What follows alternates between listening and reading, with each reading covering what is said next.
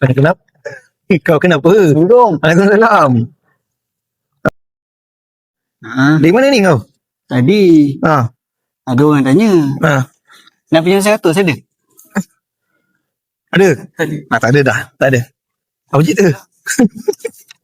Nak pinjam 100? Nak pinjam bank tak boleh, dah tutup. Bank memang tak ada. Pergi punya Along sana lagi. Along saya buka.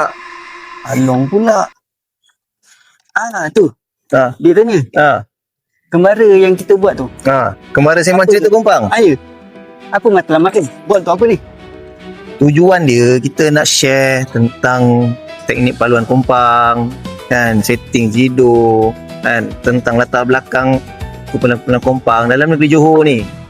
Contohnya lah kan. Jadi antara ilmu yang kita dapat, salah satunya ni lah, kita nak ajar dia orang ni setting jido. Korang dah tahu belum tadi? Belum. Belum. Yang tadi aku tunjuk tadi tu. Sikit je. Okey. Jadi Saya rasa jangan cerita banyak sikit kot. So, dia orang tengok video. Subscribe. boleh. Subscribe. Tengok video. Follow, like dan share. Subscribe YouTube. Kembara. Kat YouTube pun ada. Kembara cerita kompang. Okey lah. Macam tu saya nak beransur dulu. Alamak. Jangan lupa. Tak, saya nak cari 100. Ada 100? Tak ada?